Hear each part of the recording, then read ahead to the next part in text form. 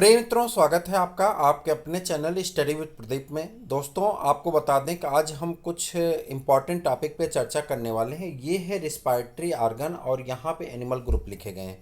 आपको बता दें कि बूस्टर डोज 5 में आज का यह सेशन आपके लिए बहुत महत्वपूर्ण है। खास करके एक प्रश्न आपको मैच कराने के लिए दे दिया जाता है। आज ही के दिन आपको एक बूस्टर डोज और हम देने वाले हैं, जिसमें एक एक संघ का हम आपको क्लासिफिकेशन देने वाले हैं। तो क्लासिफिकेशन का एक श्रृंखला हम आपको देने वाले हैं। आप जरूर देखिएगा, बहुत महत्वपूर्ण होगा अगला सेशन भी। तो आप देखते रहें, एग्जाम पॉइंट्स हों, चाहे क्लासेस हों, चाहे आपके बूस्टर डोज हों, सभी परीक्षा की दृष्टि से महत्वपूर्ण है। यदि आप नए हैं चैनल पर तो चैनल को सब्सक्राइब जरूर करिए, अपने मित्रों को शेयर करिए। सबसे पहले मुद्दे पे चर्चा करते हैं प्रोटोजोअन की। आपको पता है कि प्रोटोजोआ के अंतर्गत कौन आते हैं? तो आप कहेंगे प्रोटोजोआ के अंतर्गत कौन आ जाता है? अमीबा आ जाता है, ठीक है। कौन आ जाता है? पैरामीशियम आ जाते हैं, यूग्लिना आ जाता है, और कौन आ जाते हैं? एंट अमीबा हिस्टोलिटिका आ जाते हैं। ये सभी किस में आ जाते हैं? प्रोटोजोआ के अंतर्गत आ जाते हैं। अगर आप प्रोटोजोआ की बात करते हैं तो इसमें जो होता है रिस्पायरेशन किससे होता है? प्लाज्मा मेम्ब्रेन से होता है। आपको पता होगा कि प्रोटोजोआ जो है प्रोटिस्टा या प्रोटोजोआ के जो सभी मेंबर होते हैं वो सभी मेंबर कैसे होते हैं? यूनिसेलुलर होते हैं। चूँकि यूनिसेलुलर हैं तो प्लाज्मा मेम्ब्रेन से ही रिस्पायरेटरी आर्गन का काम करते हैं। चूँकि आर्गन और पाए नहीं जाते तो रिस्पायरेटरी आर्गन का काम कहाँ से होता है? प्लाज्मा मेम्ब्रेन से।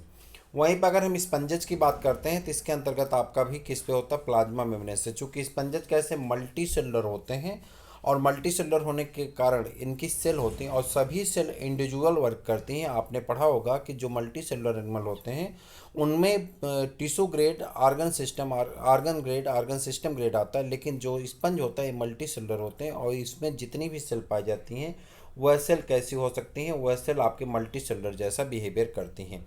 तो आपका स्पंजेज आ जाते हैं और इसमें आ जाता है आपका प्लाज्मा मेम्ब्रेन। आगे बढ़ जाइए, अगला है निडेरिया। निडेरिया में कौन आ जाते हैं? किससे करते हैं? बॉडी सरफेस से करते हैं। उसके बाद प्लेटेहेल्मिन्थेज। प्लेटेहेल्मिन्थेज के एनिमल को ए बी में बांट दिया गया है। फ्री लिविंग, जो फ्री लिविंग होते हैं वो तो बॉडी सरफेस से करते हैं, लेकिन जो पैरासाइट नेचर के होते हैं वो एन एरोबिक रिस्पायरेशन करते हैं। जो प्लेटेहेल्मिन्थेज कैसे होते हैं? पैरासाइटिक नेचर के होते हैं, वो एन एरोबिक रिस्पायरेशन करते हैं। आपको ज्ञात होगा, एक श्रृंखला आपने क्लास 10th में पढ़ी होगी। तो वहाँ पे आप पढ़ते थे ग्लूकोज जो होता है, या आपके क्लास 11th में दिए गए हैं। क्लास 11th के चैप्टर नंबर जब आप जाएंगे रिस्पायरेशन में दिया गया है, ग्लूकोज साइटोप्लाज्म में जब जाता है तो डिवाइड हो जाता है किसमें? पायरुविक एसिड में। पायरुविक एसिड के तीन फ्यूचर होते हैं, एक होता है एरोबिक रिस्पायरेशन, दूसरा होता है एनाएरोबिक रिस्पायरेशन और एनाएरोबिक रिस्पायरेशन इन मसल्स। एरोबिक रिस्पायरेशन में क्या बनता है? कार्बन डाइऑक्साइड बनते हैं, पानी बनता है, और क्या बनता है? मोर लॉट ऑफ एनर्जी बनती है। एनाएरोबिक रिस्पायरेशन में एथिल अल्कोहल बनता है, कार्बन डाइऑक्साइड बनती है और एनर्जी बनती है। जबकि अगर जब आप जाते हैं एनाएरोबिक रिस्पायरेशन इन मसल्स में तो आपका फॉर्मेशन होता है किसका? लैक्टिक एसिड का, और कोई भी कार्बन डाइऑक्साइड या एनर्जी का फॉर्मेशन नहीं होता, लेस एनर्जी बनती है। मान लीजिए लैक्टिक एसिड बनता है। तो कहने का अर्थ ये है कि एनाएरोबिक रिस्पायरेशन में क्या बनेगा? एथिल अल्कोहल बनता है, जहाँ पे शरीर में पाए जाते हैं। आगे बढ़ जाइए, निमेटे हेलमेंथीज की बात करते हैं। तो यहाँ पे निमेथे हेलमेंथीज में अगर आ जाएंगे तो यहाँ पे फ्री लिविंग जो पाए जाते हैं वो बॉडी सरफेस से करते हैं, और जो पैरासाइटिक नेचर के पाए जाते हैं वो कैसे करते हैं? एनाएरोबिक रिस्पायरेशन करते हैं, ठीक है। आगे बढ़ जाते हैं, अगला है आपका एनिलीडा। एनिलीडा की बात करते हैं तो एनिलीडा में आपका कौन आ जाता है? याद करिए, एनिलीडा में आपका आ जाता है लीच आ जाता है, एनिलीडा में आपका एस्केरिस आ जाता है, सॉरी एस्केरिस नहीं, अर्थवाम आ जाता है। एनिलीडा में अर्थवाम आ जाते हैं। तो जो अर्थवाम होता है वो किससे करता है? जो आपको उसकी मॉइस्ट स्किन होती है उससे करता है। आर्थ्रोपोडा की बात करें, आर्थ्रोपोडा में अलग अलग ग्रुप में बांट दिया गया है। आर्थ्रोपोडा के जो प्राण होता है, यानी जो क्रेफिश होते हैं, प्राण क्रेफिश एक किससे करते हैं? ब्रांचियल रिस्पायरेशन करते हैं, गिल के थ्रू।